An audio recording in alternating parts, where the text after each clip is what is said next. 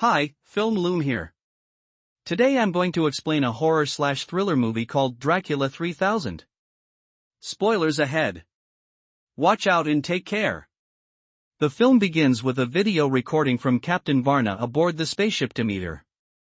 Holding a crucifix, he speaks of impending doom as a self-destruct countdown proceeds. Abruptly, the countdown is aborted, and systems return to normal. Varna screams, and the video cuts out.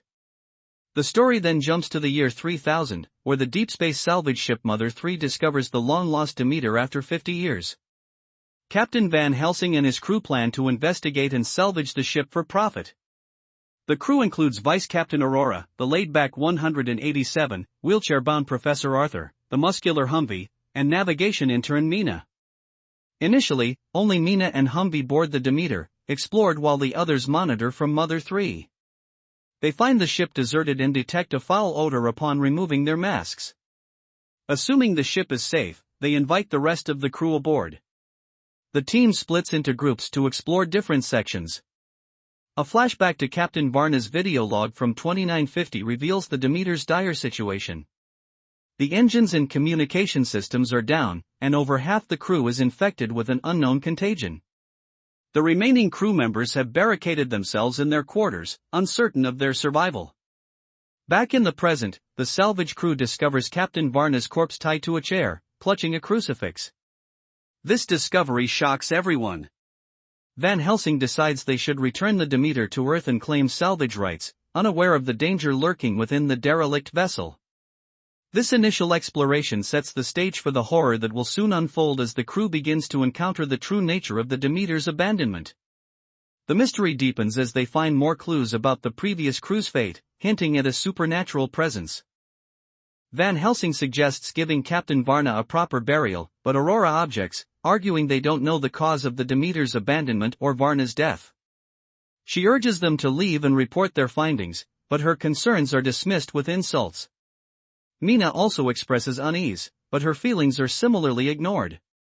The lure of a potential $15 million salvage reward outweighs their caution. As the crew prepares to return to Mother 3, the salvage ship abruptly detaches from the Demeter. Arthur attempts to regain control, but the separation is irreversible, leaving them stranded on the derelict spaceship with no means of communication. Meanwhile, Humvee and 187 trace the source of the foul odor to a room filled with coffins.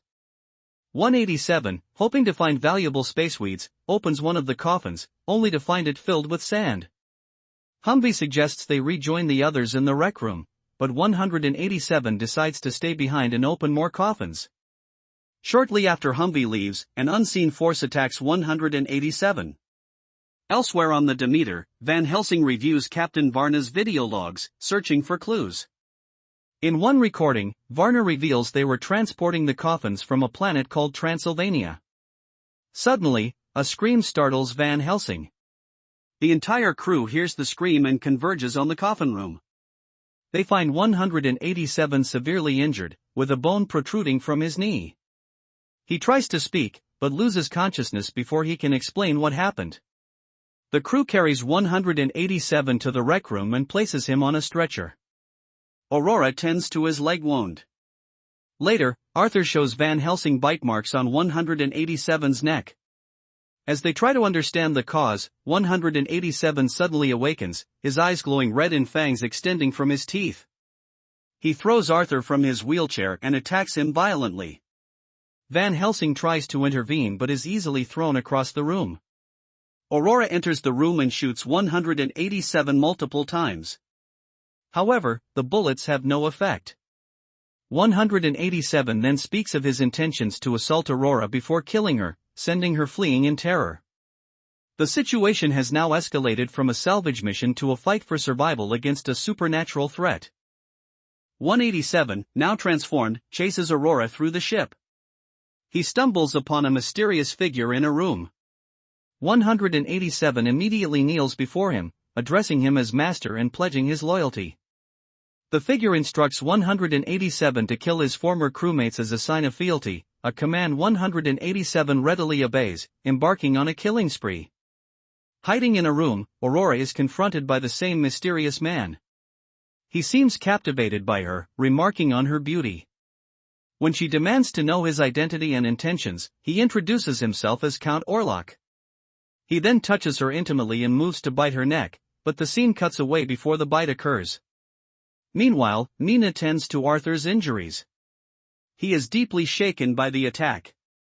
To reassure him, Mina takes a gun and checks outside their hiding place. She reports that the coast is clear, urging Arthur to relax. However, 187 suddenly appears and attacks Mina, trapping Arthur inside the room. The terrified professor bangs on the door, pleading for Mina's safety, but his cries are in vain. The remaining crew members find Arthur, who tearfully recounts what happened to Mina. Aurora then tells them about her encounter with Orlok, revealing that he is from Transylvania, a planet populated by vampires. She explains that their planet is now lifeless, and Orlok paid to have coffins transported, hiding himself within one. She believes they inadvertently awakened him, and now he craves their blood, intending to turn them into vampires. The crew is shocked by this revelation. They are also puzzled by Orlok's decision to spare Aurora. She suggests that she might not be his type, but the others remain skeptical. They examine her for bite marks but find none. Aurora insists on her innocence, but a suspicious Van Helsing decides to tie her up as a precaution. He orders Humvee to guard her while he and Arthur head to the main deck to attempt to restart the ship. While Humvee guards Aurora, she tries to convince him to release her. She even attempts to seduce him by offering to disrobe so he can thoroughly check for bite marks. However, Humvee remains steadfast in his duty and refuses. Meanwhile, Arthur and Van Helsing begin researching Count Orlok on the ship's computer system. Van Helsing and Arthur research Count Orlok, discovering he is a pseudonym for Dracula. They delve into vampire lore and learn of a previous Van Helsing who defeated vampires centuries ago. Arthur suggests that this connection might be why they are on the Demeter and that Dracula seeks revenge on Van Helsing's descendant. Van Helsing dismisses this as coincidence. Meanwhile, Aurora tries to persuade Humvee to release her. 187 begins banging on the door, feigning distress and begging for help. Despite Aurora's warnings, Humvee, feeling compassion for his friend, opens the door. 187 immediately attacks Humvee, revealing his vampiric transformation. Van Helsing, hearing the commotion, rushes in and shoots 187 repeatedly, but the bullets have no effect. 187 boasts of his immortality as a vampire. Humvee seizes an opportunity and impales 187 with a pool cue, finally killing him. Aurora again requests to be released. Van Helsing questions why Dracula spared her. Aurora reveals she is not human but a robot created by the NWC Corporation, sent undercover to monitor the crew. Having no blood, she is of no interest to Dracula. Humvee, feeling betrayed, tries to shoot Aurora, but Van Helsing stops him, realizing they can use her against Dracula. The three join Arthur on the main deck and explain the situation. Arthur reveals that wood, crucifixes, and sunlight are effective against vampires. They decide to steer the ship towards a binary star system near the sun, hoping to destroy Dracula. However, the journey will take 13 hours. Aurora and Van Helsing decide to search for more wooden weapons. They find several billiard cues and head to the coffin room. Most coffins are empty. They discover Mina lying in one, now also a vampire. Aurora impales her with a billiard cue before she can attack. Mina briefly regains consciousness, screaming before collapsing again. Another coffin bursts open, and Dracula emerges. Recognizing they cannot defeat him alone, Van Helsing urges Aurora to find reinforcements. He then confronts Dracula, revealing his lineage as a descendant of the original Van Helsing. Surprisingly, Dracula is pleased, eager to avenge his family's past defeats. Aurora returns to the main deck to seek Humvee's help, but he believes it is another vampire trick and refuses to cooperate. Frustrated, Aurora takes the crucifix from Captain Varna's corpse and decides to face Dracula alone. Humvee eventually changes his mind and follows her. Arthur, left alone, is terrified. He struggles to move his wheelchair and attempts to follow the others. He encounters Dracula, who promises not to harm him and offers to restore his ability to walk. Arthur, filled with hope, reaches out to Dracula. Aurora and Humvee find Van Helsing, who is now a vampire. He attacks them, attempting to bite Humvee. Aurora uses the billiard cue from Mina's body to kill the vampiric Van Helsing. Mina reawakens and attacks Aurora, who uses the crucifix to defend herself. Humvee then impales Mina with another cue, killing her again. Returning to the deck, they find Arthur unconscious. Unsure of his status, Aurora repeatedly stabs him with the crucifix.